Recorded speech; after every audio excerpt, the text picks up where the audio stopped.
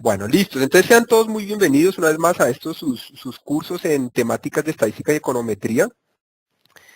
Como ya varios de ustedes lo saben, aquí le estamos dando continuidad en orden ascendente a una línea de conocimientos en estos temas. Le doy la bienvenida a los nuevos participantes. Como siempre acostumbro a decirlo, cualquier inquietud, por favor, que ustedes tengan, mientras esté corriendo el curso, pues me la comunican vía chat. Cualquier cosa posterior, bien sea para solicitud de material, de los videos, de cosas que necesiten, me pueden escribir a julian.melendez@software-shop.com. ¿Listos? Con mucho gusto, yo a vuelta de correo les estaré enviando el material, las presentaciones, los datos que utilicemos. ¿No? Incluso el mismo cronograma, los links a los videos que ya hemos venido desarrollando, bueno, todo este tipo de cosas. Bueno, entonces, el tema del día de hoy es un tema ya es igual de interesante a todos los que hemos visto. La cuestión es que esto ya es inferencia, ¿no es cierto? Real, desde distribuciones de muestreo, que era el tema de nuestra sesión anterior, ya nos metimos en el tema de la inferencia estadística. Recordemos que al final de cuentas, ese es nuestro interés cuando utilizamos este tipo de herramientas cuantitativas. Y es que cuando hacemos estadística, nosotros queremos conocer son poblaciones, queremos poder conocer cosas sobre las poblaciones a partir de una muestra. Bueno, hasta el momento que hemos visto, entonces si hacemos un recorrido muy rápido, nosotros vimos todo un set de estadísticos o de elementos de la estadística descriptiva, luego vimos algunos fundamentos de la probabilidad, luego vimos ¿sí? Muestreo, distribuciones de muestreo, y aquí vamos ya en el tema de intervalos. Bien. Bueno, entonces, ¿qué son los intervalos? ¿Qué son los intervalos? Entonces, reiniciemos como por la parte introductoria. Cuando nosotros calculábamos estadísticos, ¿sí? Estadísticos muestrales, la clase pasada diferenciamos un poco entre lo que es el estadístico y el parámetro, ¿no es cierto? Estadístico es, llamémoslo así, el indicador para la muestra. El parámetro, la forma como normalmente uno hace referencia, es el mismo valor, pero para la población. Entonces, cuando nosotros tenemos estimadores puntuales, es lo mismo que es decir que es un estimador muestral, ¿sí? Que es el estimador, valga la redundancia, con el que yo quiero decir algo acerca de la población, que es el parámetro. Una primera pregunta de calentamiento. Un estimador puntual, tal como los hemos calculado hasta el momento, ¿puede proveer un valor exacto para el parámetro?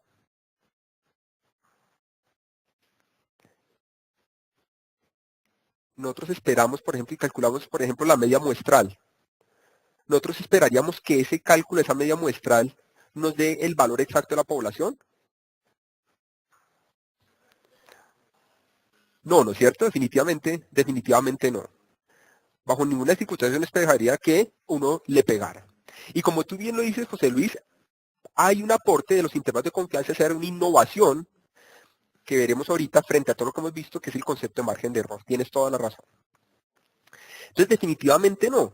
Definitivamente uno lo que espera es aproximarse, cuando uno saca un estadístico puntual, un estimador puntual, lo que espero es aproximarme al verdadero valor poblacional, que es el que realmente me interesa, ¿sí? Y mi esfuerzo, entonces, a través de las técnicas estadísticas que utilice de aquí en adelante, será el de realizar, mi esfuerzo será el de realizar la mejor gestión para que la diferencia entre ese estimador puntual y el estimador poblacional sea lo más cercano posible.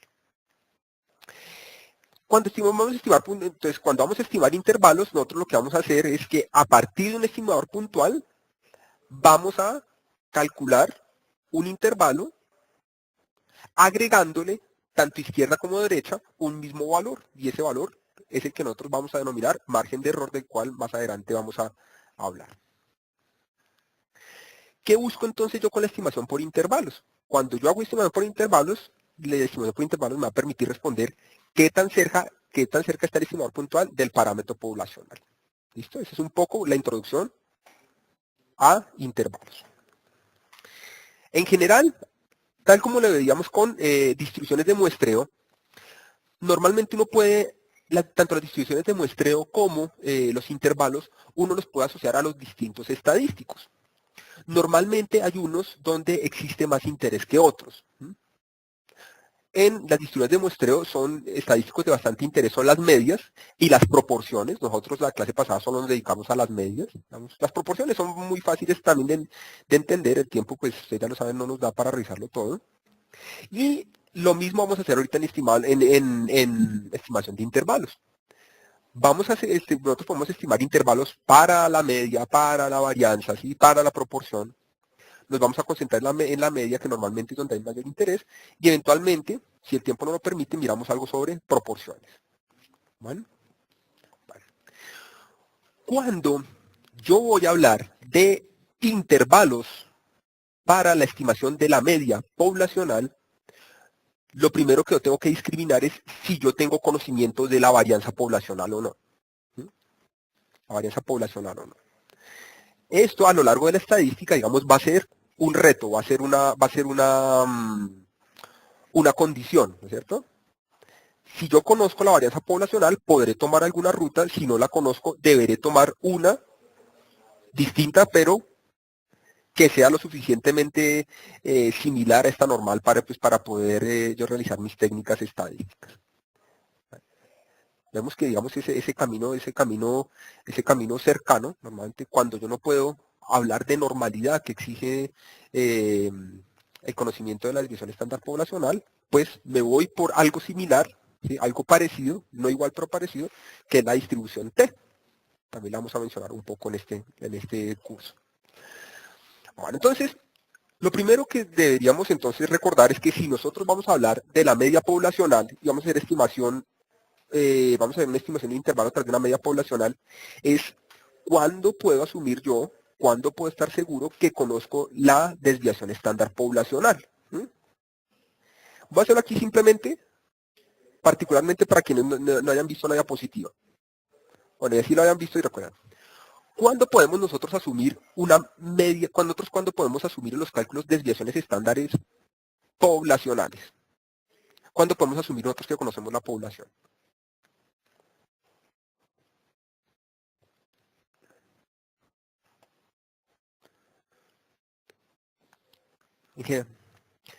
Bueno, esa es una posible respuesta, ¿no es cierto? Y muy cercana a la realidad, ¿no es cierto, Catherine?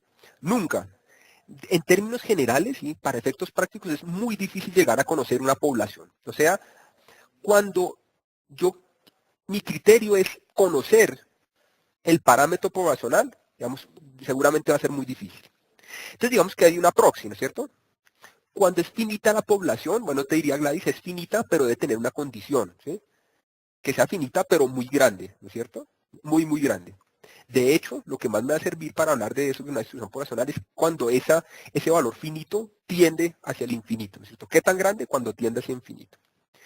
En general, para efectos prácticos, ahora sí vuelvo acá, nosotros vamos a decir que puedo asumir que una desviación estándar la puedo catalogar como poblacional si la muestra es muy grande, ¿no es cierto? Por ejemplo, tengo una fábrica y produzco tornillos, ¿no es cierto? Yo no produzco una cantidad infinita de tornillos, pero produzco tantos tornillos por minutos, ¿sí? Por horas, por días, por semanas, por meses, por mucho. Es un proceso continuo tan grande que yo puedo asumir perfectamente que la distribución que saco de ahí es que la desviación estándar que obtenga del análisis, no sé, por ejemplo, las medidas de mis tornillos es la desviación estándar poblacional. ¿Cuándo más puedo asumir desviaciones estándar poblacionales? Por ejemplo, en procesos de control de calidad, ¿no? ¿Cierto? Cuando el proceso se encuentre bajo control, ¿sí? Cuando yo presuma que los límites de tolerancia, digamos, la producción se encuentra correctamente bien especificada, yo puedo asumir también que la desviación estándar que obtenga de alguna revisión de una muestra puede ser asumida como la desviación estándar poblacional. Bueno, ya dijimos que es un intervalo de confianza. Claro, Ferney, siempre este material yo lo preparo para ustedes, ¿sí? O sea, este material es de ustedes. Lo único que yo les pido es que me lo hagan saber vía email, porfa, ¿sí?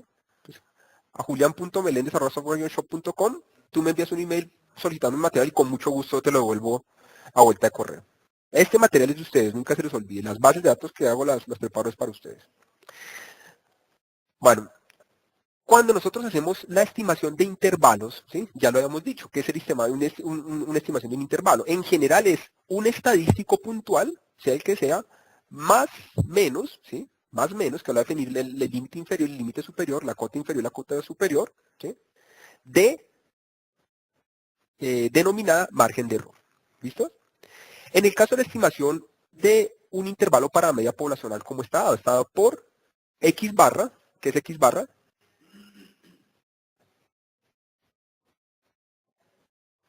¿Es el estimador puntual de qué? La media, ¿no es cierto? La media muestral. Tenemos sigma, que es la desviación estándar poblacional. ¿Sí? Tenemos n, que es el tamaño de la muestra, ¿no es cierto? Y de acuerdo con nuestro webcast, con nuestro curso corto de la clase pasada, cuando veíamos distribuciones muestrales, ¿cómo se conoce el sigma sobre la raíz de n? ¿Qué es sigma sobre la raíz de n?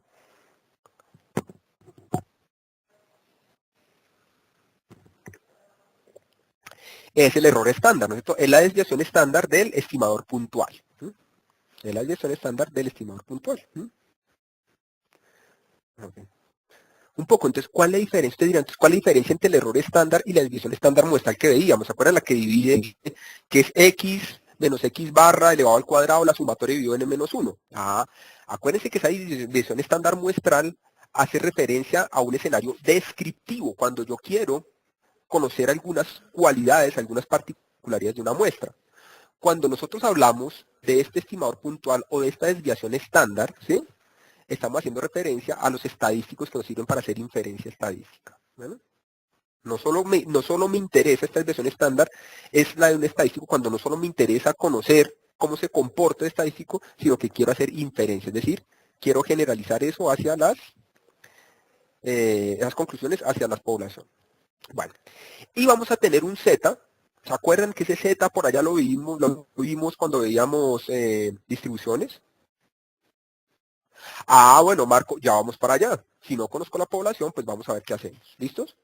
Por el momento aquí es que conozco la desviación estándar poblacional. Vamos a ver qué pasa cuando no la conozco. ¿Se acuerdan que hablamos de los valores Z? Los valores Z, ¿sí? Que es una transformación para estandarizar una variable. Bueno, ese Z, recordemos que Z hace referencia a un valor estándar bajo una curva normal. Alfa, ¿qué significa? Recordemos lo que significa alfa.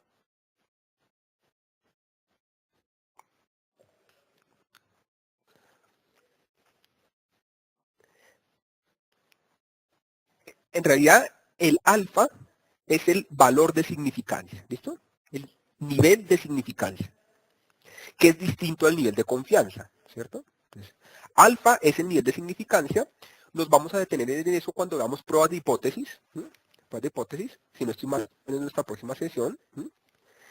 Por el momento vamos a decir que el alfa es el nivel de significancia, es que la probabilidad de cometer un error de tipo 1. Por el momento no nos interesa. ¿Listo?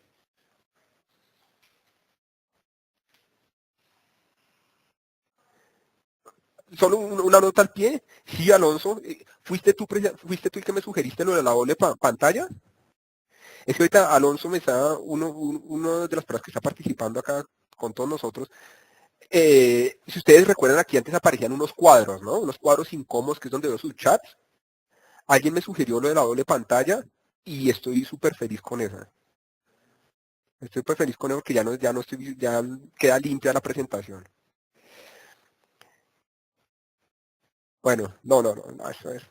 Bueno, no hay problema. Bueno, entonces sigamos acá. Volviendo al tema, entonces el alfa es el nivel de significancia y es lo que me da de notar, me da de notar que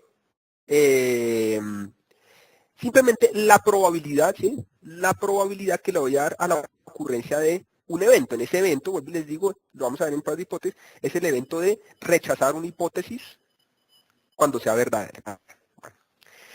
Por el momento lo que vamos a saber es que alfa es nivel de significancia y 1 menos alfa, es decir, el complemento, es lo que vamos a conocer como nivel de confianza. ¿Sí? Los niveles de confianza son los que vamos a trabajar o a los que vamos a hacer referencia cuando trabajamos estimación por intervalos. ¿Listo? Entonces, si decimos alfa medios, a lo que va a hacer referencia es que es a ese nivel de significancia dividido por 2. Y seguramente ustedes entenderán que eso a lo que está haciendo alusión es a lo siguiente. Espero que se me haya olvidado abrir esto acá. Discúlpenme un segundo, porfa, quito esto acá. Quito esto aquí. Y ya puedo anotar. Entonces tenemos una distribución normal. ¿Sí?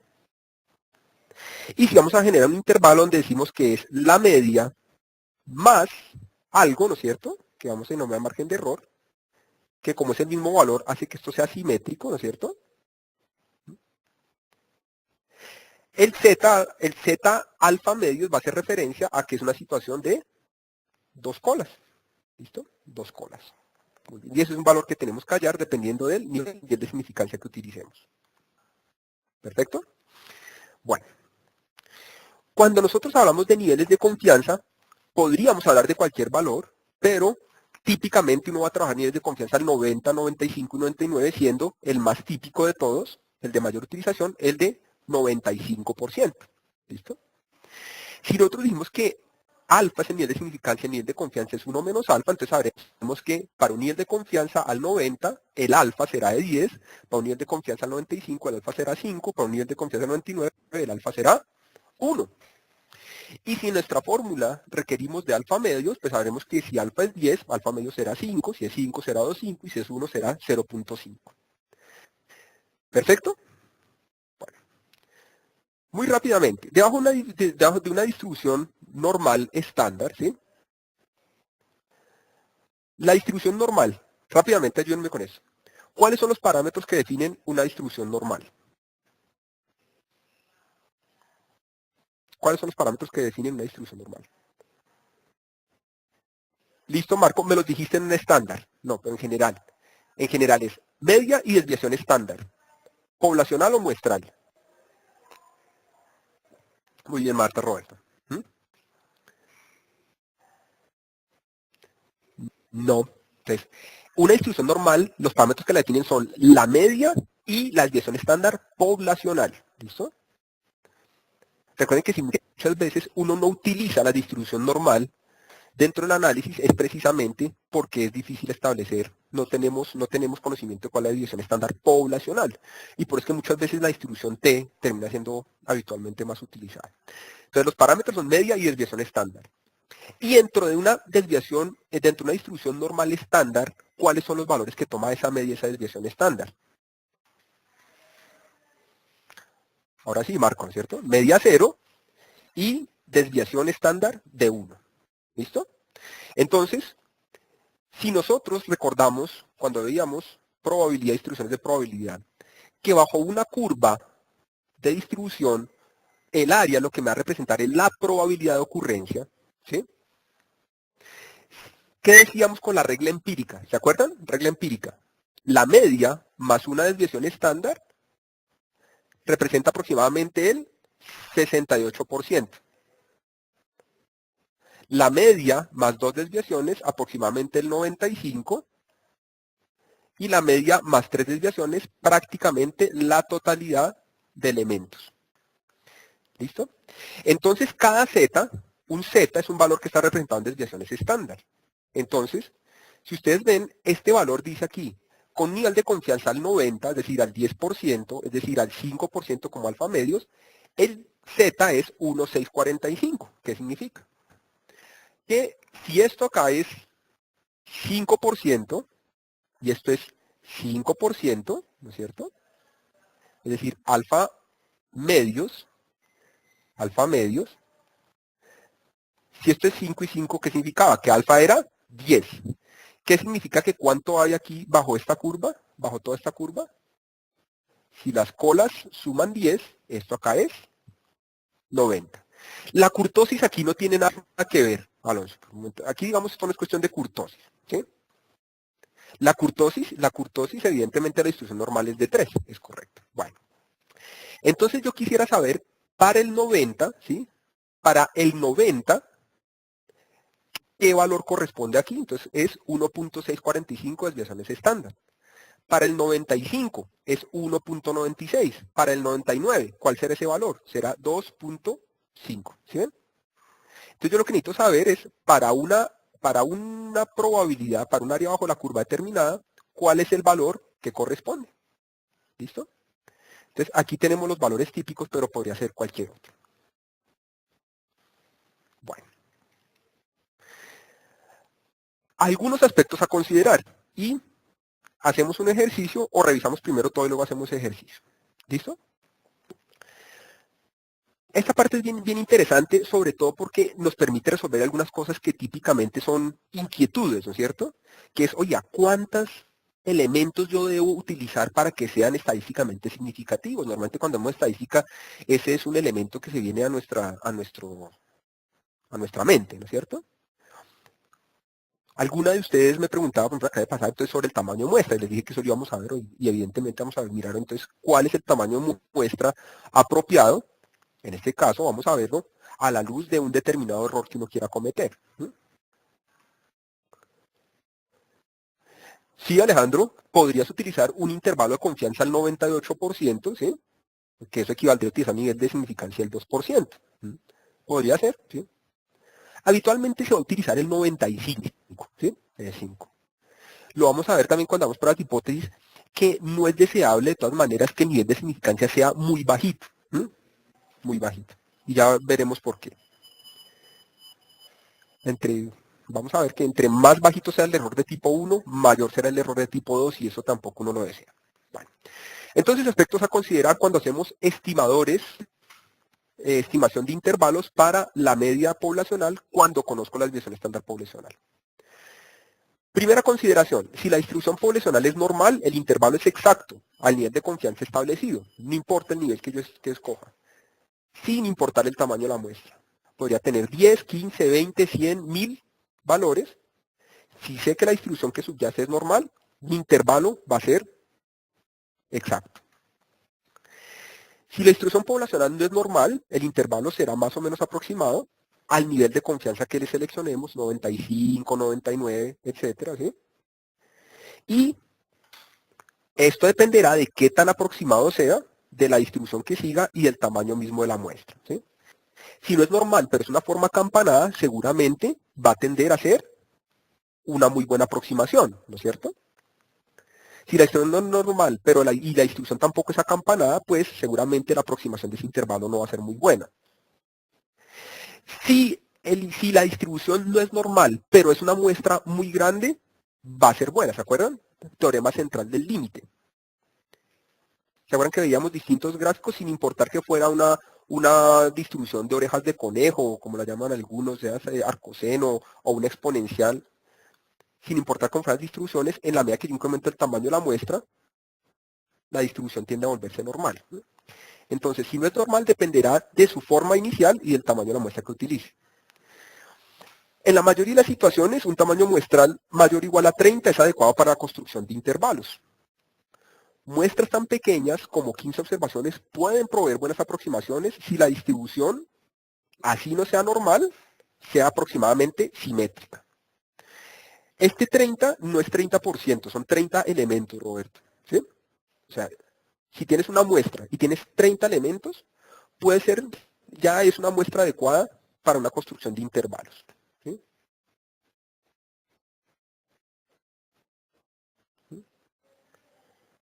Hola Gilasa, bienvenida. Entonces, 30. Si tenemos menos de 30, bueno, entonces ya va a depender. Ya con 30, ya no es tan fácil. ¿De qué va a depender que mi intervalo tenga una buena aproximación? En este caso, pero si la distribución es normal, no hay problema, ¿no es cierto?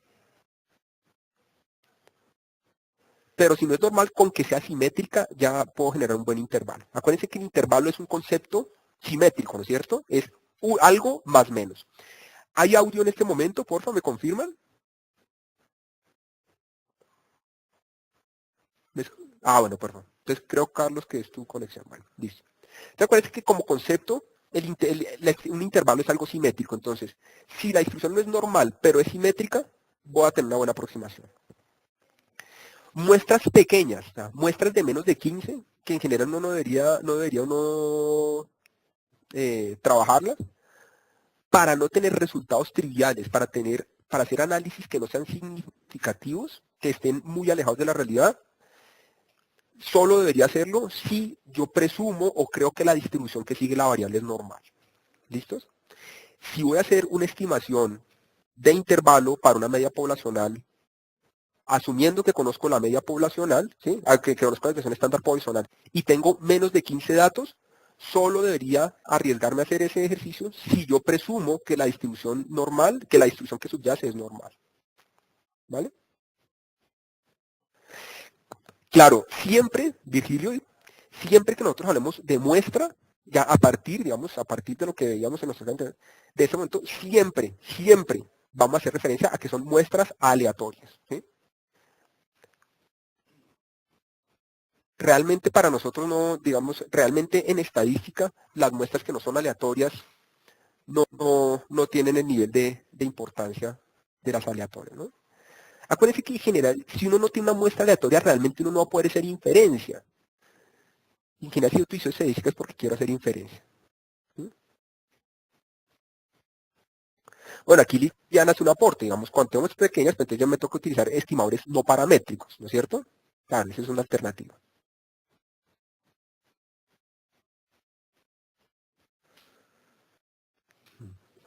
Claro, que la muestra sí, no importa la muestra, acuérdense que no importa que la muestra sea aleatoria, pero no necesariamente tiene una distribución normal, ¿no es cierto? En este caso lo importante es que yo pueda garantizar normalidad, o por lo menos en general, lo digo para todos, por lo menos que la distribución sea simétrica. ¿Sí? Y acuérdense que en últimas, si no se cumple ni lo uno ni lo otro, ni es normal ni es simétrica, pues incrementar el tamaño de la muestra siempre va a repercutir en una muy buena aproximación hacia la normal. Vale. ¿Qué pasa? Y ahí sí está lo que me preguntan ahorita, ¿no? ¿Qué pasa si no conozco la desviación estándar poblacional? ¿Qué es normalmente lo que va a ocurrir? ¿Qué es normalmente lo que va a ocurrir? Cuando la desviación estándar es desconocida, pues utilizo una proxy. Y la proxy para la normal es la distribución T, la T de student. Entonces, si ustedes ven, el intervalo va a ser el mismo, simplemente que mi estadístico no va a ser un z-score, sino va a ser un T, un estadístico T. Seguimos trabajando el mismo nivel de significancia. Y, por supuesto, en lugar de utilizar la desviación estándar poblacional, voy a utilizar la desviación estándar muestral. ¿Listo? La desviación estándar muestral. La distribución T se caracteriza porque no depende ya la distribución de la desviación estándar poblacional, y en su lugar ahora va a depender de algo que se llaman grados de libertad, es decir, qué tan grande es el tamaño de la muestra. Por eso es que aquí cuando hacemos el cuadrito de nivel de confianza, nivel de significancia, alfa medios y estadístico T, dejamos esto con interrogación. Porque en la distribución normal yo sé cuál es el valor Z para cada nivel de significancia. En la T, eso dependerá, digamos, este valor dependerá del número de valores que tengo en la muestra. Si tengo 10 valores, será un valor distinto a que si tengo 100 valores. ¿Vale? Las consideraciones en general son las mismas, ¿sí? Son las mismas. Tal vez aquí podemos tener en cuenta de esto que pues en últimas aplica para ambas situaciones, es que cuando yo trabajo, ¿sí? Cuando yo trabajo distribuciones poblacionales que tienen una alta simetría, ¿sí? O contienen valores atípicos, yo no debería trabajar con menos de 50 observaciones. ¿Listo? Debería trabajar con menos de 50 observaciones. Bueno, yo cómo puedo, empíricamente, yo cómo puedo saber si una población tiene alta simetría o contiene valores atípicos. Bueno, pues puedo hacer un histograma, ¿no es cierto? Un histograma es una forma práctica de revisar. Tomo mis valores, los valores que tenga, saco un histograma y en general observaría, digamos, miro la forma que tenga. Claro, eso no es concluyente, ya sabemos que los métodos gráficos nunca son concluyentes, pero me puede dar una idea.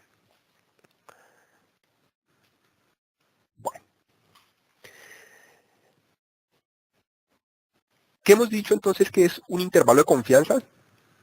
¿Qué es un intervalo de confianza? Para facilitar, ¿cuál es la definición matemática cuál es la definición matemática de un intervalo de confianza?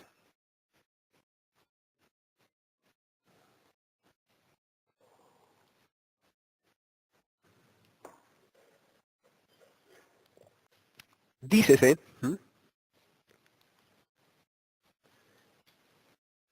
bueno, es una medida que tiene un nivel de confianza, es correcto,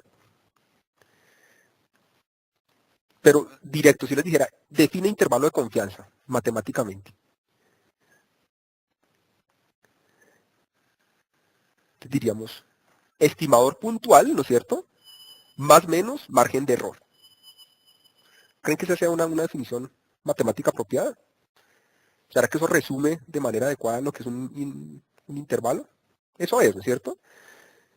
¿Qué es un intervalo? La estimación de un intervalo de confianza, un estimador puntual más menos un margen de error. Veíamos entonces que cuando conozco la población, tengo el estimador más z alfa medios sigma sobre la raíz de n.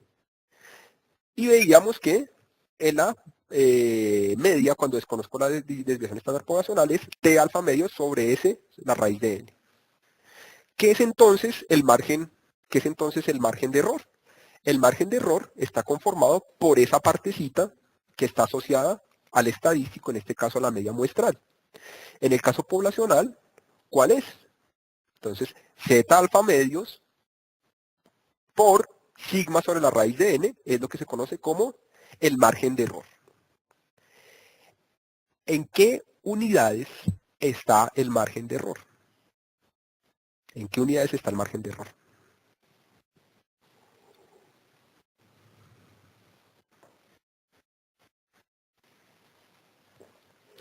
¿Será que el margen de error es una medida adimensional?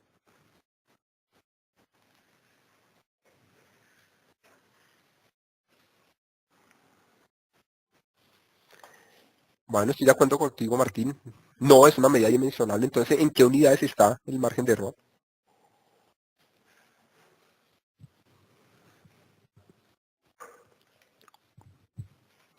En las unidades que esté la muestra. Exacto.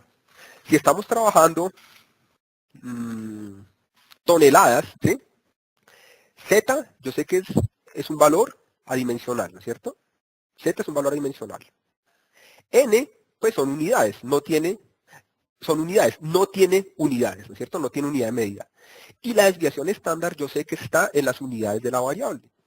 Entonces, nada por unidades, o sea, nada por toneladas más toneladas, toneladas sobre nada, pues sigue conservando las toneladas. Luego, el margen de error es una medida que tiene dimensión, tiene unidades y está en las mismas unidades de la variable. Por eso es que nosotros vamos a poder decir, aceptando un error máximo de un error máximo de 2 toneladas, asumiendo un error máximo de 0.3 milímetros, ¿sí? Asumiendo un margen de error del 0.04 o del 4%, por ejemplo, cuando se hace una encuesta con el destino, entonces ya sabremos que esto viene de acá. Si ustedes observan, ¿sí? Si ustedes observan, el error, que ya lo veíamos, ¿no es cierto? El margen de error, que es este pedacito, ¿no? Tiene involucrada la n. Si el margen de error está dado por esto, pues yo puedo hacer el ejercicio inverso. Dado un error determinado, ¿cuál será el tamaño de la muestra que me garantiza ese error? Entonces, si ustedes observan, determinar el tamaño de la muestra para un intervalo, ¿sí?, de la media poblacional simplemente consistirá en despejar la n. Entonces, el z alfa medios multiplica el sigma, ¿sí?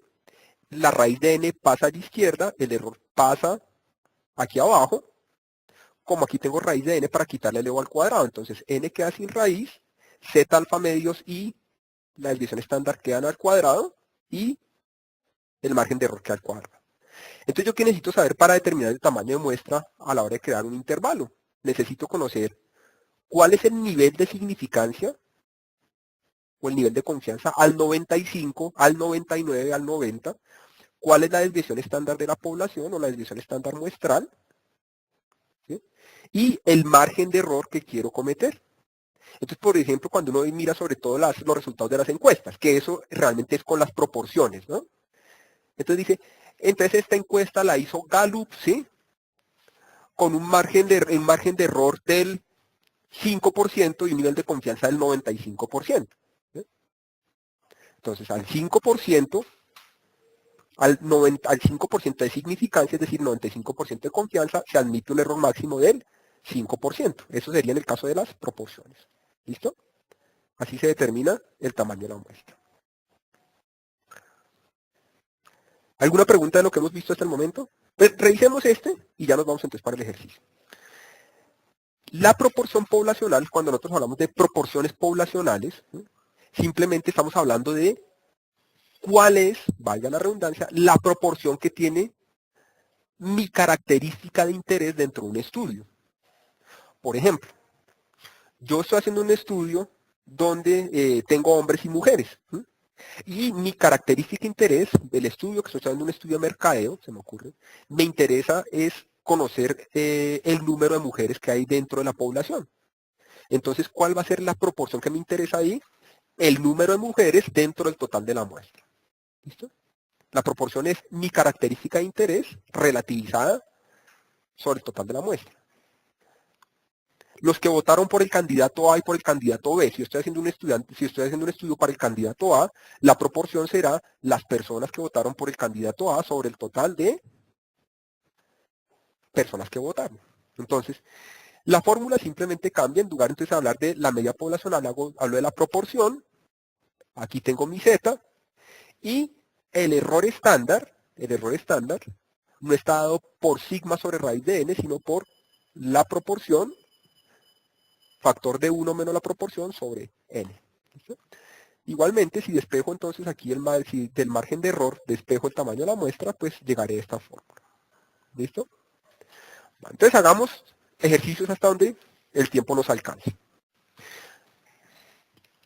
¿Alguna pregunta? Hasta el momento.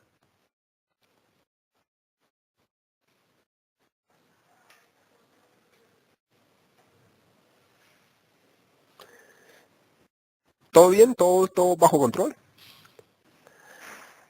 Bueno, a lo largo de nuestros webcasts, o por lo menos lo que hemos hecho hasta el momento, nosotros hemos podido, digamos, trabajar satisfactoriamente con Excel, ¿no es cierto? Con Excel. Somos parsimoniosos, pues utilizamos la herramienta que tengamos siempre a la mano y lo que sea, pues fácil para hacer las cosas. Vamos a ver que en la medida que nosotros vamos progresando, en la medida que vamos haciendo cosas más elaboradas, ¿sí? Vamos a comenzar a ver que contar con programas especializados resultan una muy buena idea en pro de la eficiencia y de la exactitud que queremos para nuestros análisis. ¿Sí? En general, de aquí hasta el final de nuestros cursos, nosotros vamos a estar trabajando recurrentemente en 3 programas. Vamos a trabajar en Stata, vamos a trabajar en eViews y vamos a trabajar en StatGraphics. ¿Listos? Todos los 3 son 3 programas muy buenos. Algunos tienen ventajas sobre otras, algunos tienen algunas facilidades, algunos hacen unas cosas que otros no hacen, ¿sí? Así que procuraremos ir trabajando con los 3 y sobre todo pues con el que sea más pertinente en algún momento. Arranquemos por el primer elemento para la cual es importante tener alguna herramienta informática, ¿no es cierto? Particularmente esto lo puedo hacer con una calculadora, las de escritorio, ¿no es cierto? Una calculadora de escritorio, no tendría mayor problema si conozco estos parámetros y si conozco el Z. Pero, por ejemplo, cuando yo no quiero un nivel de confianza del 95, el 99, sino del 98, por ejemplo, ¿no es cierto? O algún otro valor en particular, pues ya realmente, ya sé que ninguno de estos Z va a ser, yo tendría que desempolvar el libro de estadística e ir a los anexos, ¿sí? O puedo utilizar herramientas estadísticas. En este caso, tanto Stata como StatGraphics, ¿sí? Y el mismo Excel me puede servir para esos fines. ¿Cómo calcular estos valores? ¿Listo? ¿Cómo calcular un valor Z? Este valor Z sabemos que proviene de una distribución normal, ¿no es cierto? Entonces, yo puedo en Excel hacer lo siguiente. Puedo poner in normal, ¿sí? Vamos a tratar con una normal estándar y un normal estándar, ¿sí? Y le voy a decir cuál es la probabilidad. El alfa es del 5%, ¿listo? El alfa es del 5%, luego el alfa medios es de 2,5. Como esto lo que mira es una curva, perdón si la dibujo acá. Cuando yo miro área bajo una curva, si ustedes ven en Excel me dice que normalmente uno trabaja probabilidad acumulada. Entonces si le digo 5%, ¿sí? Me va a decir hasta acá, ¿no es cierto? 5%. Al 95% hasta acá, ¿no es cierto? Si yo necesito este pedacito y esto es el 5%, entonces tendré que decirle que hágame el cálculo para el 95%. ¿Listo? Entonces le voy a decir 95%, entonces punto 95 me dice que el valor es de 1,64. 1,64. ¿Sí? Alfa medios, 5. Si yo hubiera querido que el alfa fuera 5 y esta colita fuera simplemente la mitad o 5, entonces hubiera puesto ¿qué? 97,5, ¿no es cierto? 1 menos 2,5 me da 97,5 y ahí tengo ese valor, 1,9599. ¿Listo? Ahí está. En Stata, de igual manera, yo puedo poner aquí disp, ¿sí? Y norm, y le pongo punto 97,5 y ahí obtengo los valores. ¿Listo? 97,5. Entonces, los valores yo los puedo utilizar. Si tengo los valores, puedo calcular muy fácilmente el intervalo de confianza, ¿no es cierto? Entonces, hagamos un ejercicio. A ver, miremos este.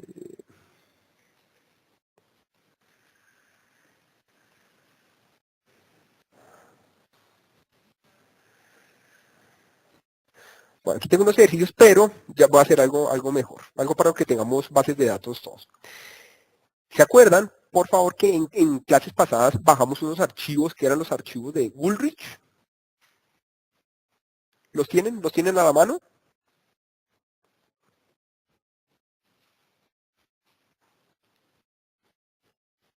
¿Se acuerdan que nos metimos rápidamente para de pronto alguien que no haya...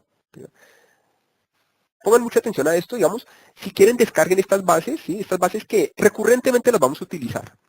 Las utilizo porque son bases públicas, además son muy buenas. Pongamos acá Woolrich,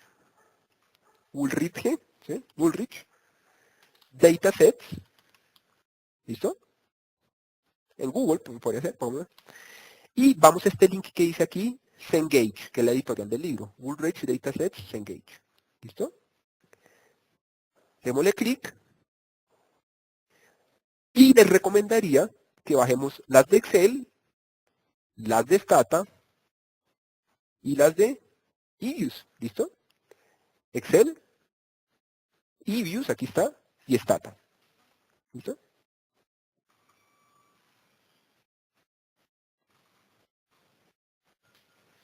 Claro, yo les puedo pasar los links, Robert. Entonces, los pueden bajar de aquí, ¿sí? Si quieren para las próximas sesiones, bájenlos de acá, bajen eViews, Stata y Excel, ¿sí? Y por el momento, digamos, quien lo tengamos, abramos una base que se llama Wage 1. ¿Listo? Wage 1.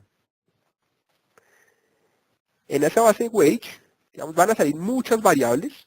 Realmente me interesa. Ahorita solo vamos a dejar solo esta Wage. ¿Sí? Vamos a trabajar con esta variable Wage. Si ahorita voy un poquito rápido, no nos doy ni siquiera tiempo de que bajen las bases y todo eso es como para... Ya nos quedan 10 minutos. Ustedes saben que ese es el problema de los webcasts, ¿sí? Que es muy poco cortitos. En la medida que, por ejemplo, queramos profundizar un poco en el manejo de StatGraphics, de I, de Stata, pues ya nos toca hacer eso a través de un curso, ¿no? De cursos largos hacer. Pero por el momento, entonces, ustedes creo que me entienden que toca hacer esto un poco rápido. Bueno, entonces tengo aquí salario, wage, ¿sí? Y podemos aquí sacar la descripción, ¿no es cierto? Vamos aquí datos, análisis de datos. ¿Se acuerdan que ya lo habíamos hecho? Estadística descriptiva. Vamos a seleccionar nuestra variable. Le vamos a decir que me cree un resumen, le voy a decir que me lo coloque aquí. Ahí está.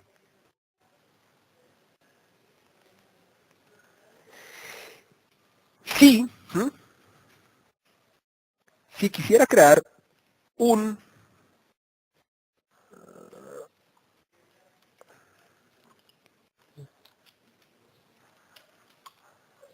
listo, listo, listo, ahí está, ¿no es cierto? Si quisiera crear un intervalo, ¿yo qué necesito? Necesito la media, la desviación estándar poblacional. Observemos que esta desviación estándar es la muestral, ¿sí? Entonces la desviación, vamos a poner aquí, media. Pues yo sé que es este valor de acá. La desviación estándar poblacional es esta. No es esta, entonces me toca calcularla. Me toca calcularla. El z, ¿no es cierto? Vamos a utilizar que vamos a utilizar un alfa del 5%, nivel de significancia, al 5%.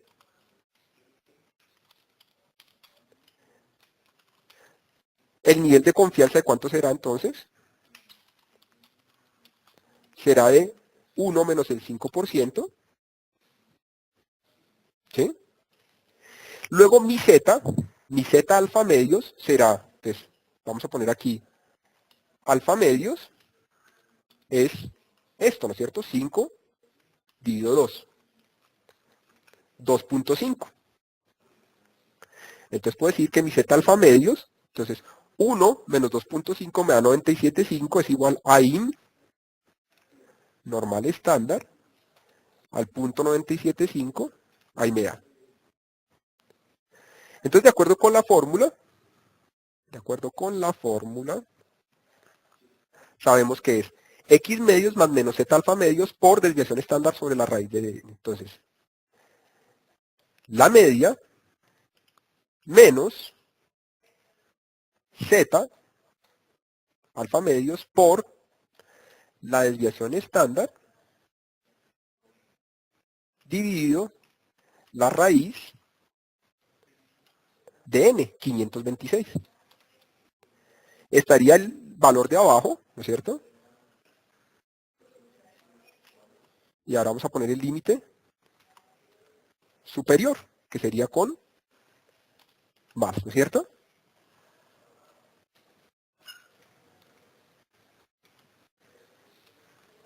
La media, verifiquemos, menos alfa medios, perfecto, por la desviación estándar poblacional sobre la raíz.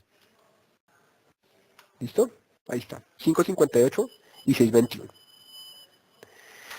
Si ustedes ven, de todas maneras, aquí tuve que tener algún tipo de operatividad para hacer esto, ¿no es cierto? Tuve que tener algún tipo de operatividad. ¿Listo? Si yo voy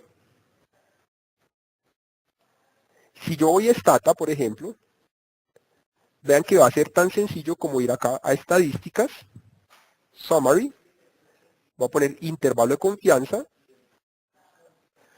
voy a seleccionar intervalo de confianza para la media, para mi variable wage, y simplemente digo nivel de confianza al 95, lo voy a poner aquí, ok.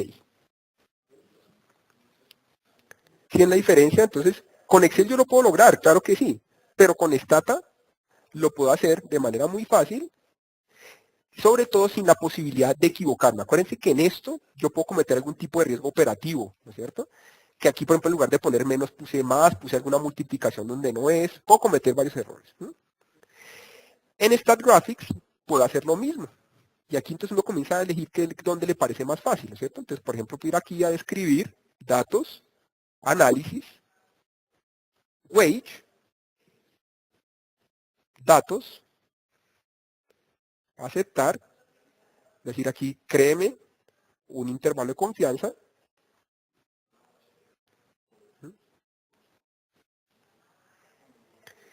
Y aquí me da 557, 977, 621, 244.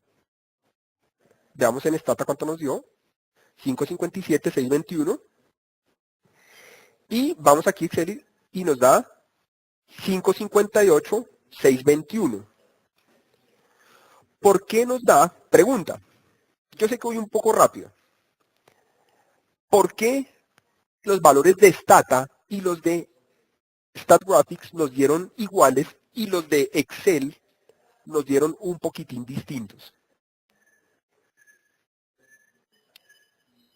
Claro, es una pregunta sumamente cascarera, como decimos aquí en mi pueblo, ¿sí?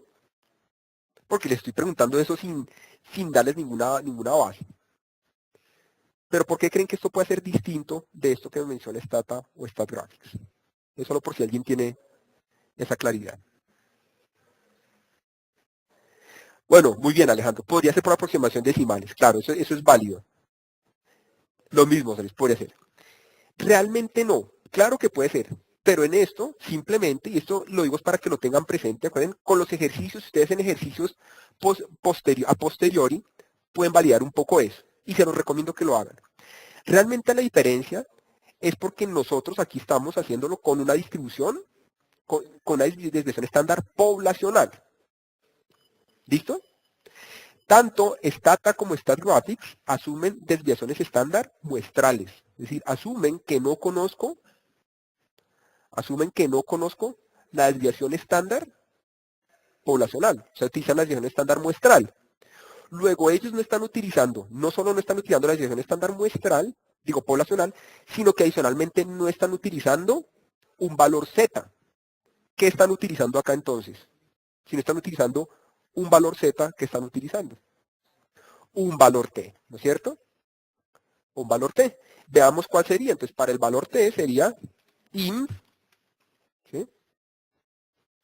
T, me dice la probabilidad, .975. Vean que aquí me preguntan los grados de libertad. Los grados de libertad son 526 menos 1. Esos son los grados de libertad en la T. Eso menos 1, entonces son 525. Y vean que los valores son parecidos, porque aquí son muchos valores. Ven que la muestra es muy grande, 526. Son parecidos. Son distintos, pero son muy parecidos. ¿Sí? Entonces, en nuestro cálculo utilizamos un valor Z, que es un valor normal con una desviación estándar poblacional.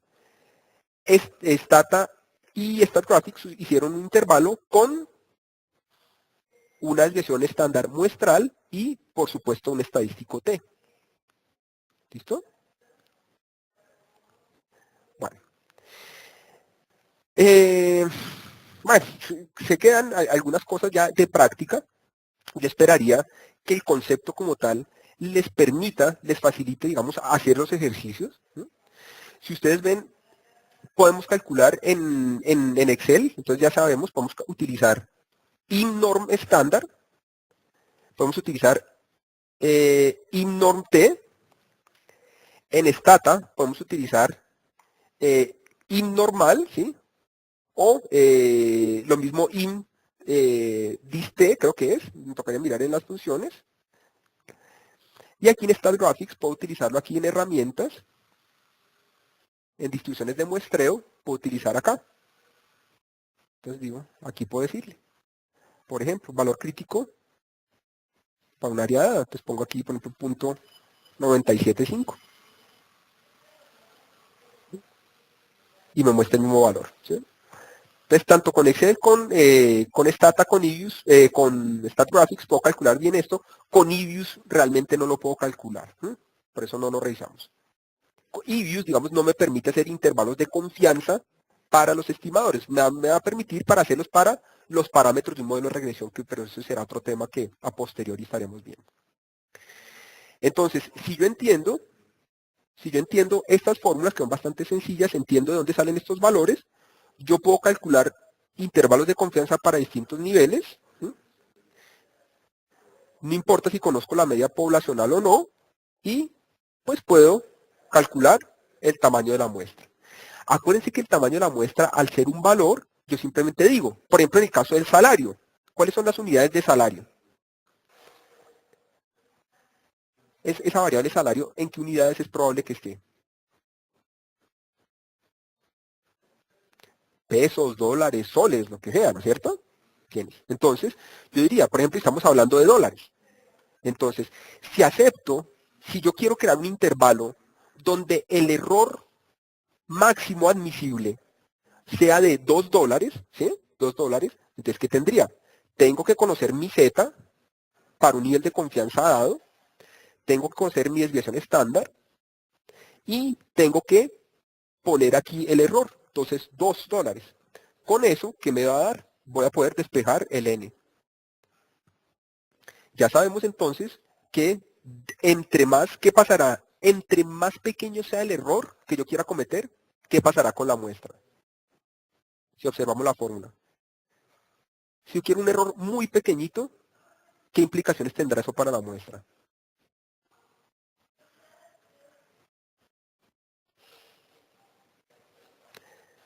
Que tendrá que ser muy grande, ¿no es cierto? Entre más grande sea el error, el más pequeñito sea el error que quiera cometer, más grande tendrá que ser la muestra. Entonces, en la vida real uno tiene que hacer un balance, ¿no es cierto? Tendrá que hacer un balance entre el error máximo que pueda admitir y la disponibilidad que puedo tener de una muestra, ¿no es cierto? Sea porque sea por recursos, por plata, por tiempo. ¿Sí?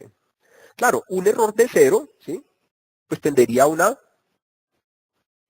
ser una muestra que llegue hacia el infinito, ¿no es cierto? Una muestra que se acerque hacia el infinito. Entonces, porque si esto fuera cero no estaría definido, ¿no es cierto? O sea, algo, si esto tiende a cero, esto tendería a ser infinito. Bueno, como siempre, y como acostumbro a decirlo, pues se me pasó más rápido el tiempo de lo que hubiera deseado. Acuérdense, digamos, estos libros, aquí hay muchos muy buenos ejercicios para practicar. Eh, particularmente, digamos, en estos ejercicios que tengo aquí, que se los envío, también que los preparé, los tomo de Anderson. Me gusta mucho por lo que es muy práctico, ¿sí? Muy práctico, un poco, muy asemejado a lo que la mayoría de nosotros, digamos, a lo que la mayoría de nosotros trabajamos. ¿Sí? Independientemente del área donde trabajamos, pues ustedes saben que los ejercicios se pueden extrapolar fácilmente hacia nuestras situaciones del día a día. Pueden hacer algunos ejercicios y practicar esto. ¿Listo? Ya esto, lo que les digo, ya esto es muy importante, esto ya es inferencia estadística. Mi correo es julian.melendez@software-shop.com. Con mucho gusto y en la medida, en lo más pronto que yo pueda, les estaré enviando, les estaré respondiendo al email. ¿Listo? Entonces, julian.melendez@software-shop.com. Como siempre, les agradezco muchísimo por este tiempo que ustedes dedican a estas capacitaciones. Les deseo muy feliz resto de día. Aquí en Colombia el lunes es festivo, entonces les deseo un feliz puente a todos los compatriotas, que descansen. Y de todas maneras, pues para todos es fin de semana, entonces que aprovechen, aprovechen ese fin de semana y recarguen baterías. Nos vemos el próximo viernes. El tema del viernes es, vamos a abrir aquí nuestra cronograma. Y el tema del próximo viernes es pruebas de hipótesis. ¿Listo? Es un tema sumamente importante. Creo que digamos, quienes manejen temas estadísticos, econométricos, que hagan análisis cuantitativo, pues sabrán la importancia de este tema, ¿no? Ese es un pilar fundamental para cualquier análisis numérico que nosotros hagamos. Investigación de mercados, ni se diga. Bueno, entonces, gracias, hasta la próxima y chau, chau.